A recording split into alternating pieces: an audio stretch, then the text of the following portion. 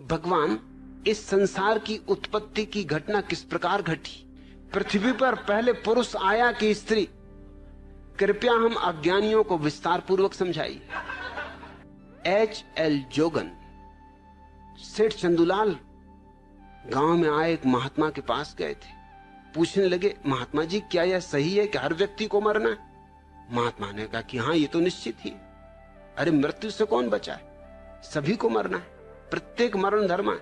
चंदूलाल ने सिर खुजलाया और कहा कि मैं सोचता हूं कि जो व्यक्ति आखिर में मरेगा उसे शमशान घाट कौन ले जाएगा?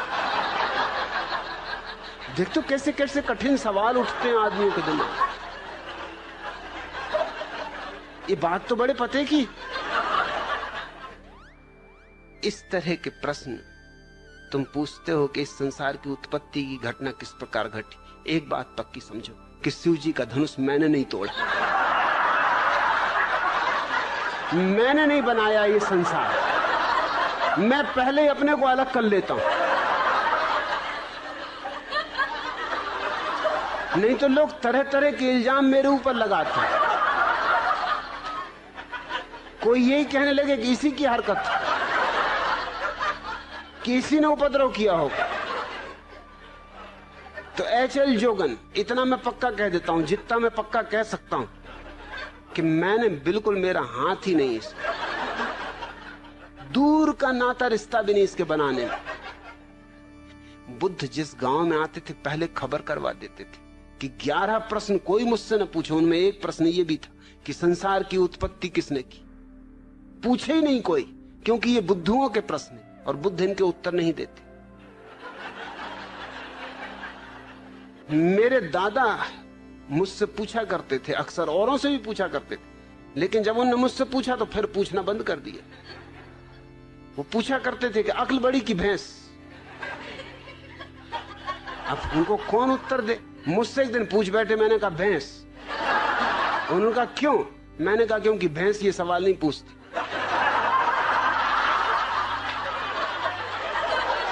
ये खुजली तुम्हारी अक्ल में ही चलती। भैंस तो बिल्कुल परमहंस दशा में। मैं कई भैंसों के पास जाके कई घंटों खड़ा रहा, कोई भैंस नहीं पूछती कि अक्ल बड़ी की भैंस। अरे भैंस को पता ही है कि हम बड़े, क्या पूछना? फिर उन्होंने नहीं पूछा।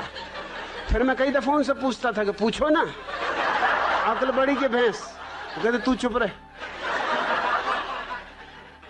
वो मुझे कहीं नहीं ले जाते थे, वो बड़ा सत्संग करते थे, महात्माओं के पास जाते थे। वो जब भी जाए मैं बैठे ही रहता था कि आया मैं भी, कि नहीं तू ले जाने नहीं, तू कुछ ना कुछ उल्टी सीधी बात कह देगा। मैंने कहा उल्टी सीधी बातें तुम लोग करते हो, मैं सीधी सादी बात करता हूं। अब तुम ये बात पूछते हो अक्ल बड़ी की भैंस, और मैंने सीधा उत्तर दे दिया कि भैंस, तो तुमको लगता है उल्टी सीधी बातें कर रहा हूं। अरे आने दो, मैं भी तुम्हारे महात्मा को जरा दिखाऊंगा। एक दफा मुझे ले गए, सिर्फ एक दफा ले गए। एक महात्मा के पास गए वो मिलने, मुझे ले गए। महात्मा की उम्र रही हो कोई 30 साल, मेरी उम्र रही होगी मुझसे से कोई 15 साल, और मेरे दादा की उम्र रही कम से कम 60 साल। महात्मा ने उनसे कहा आओ बच्चा बैठो।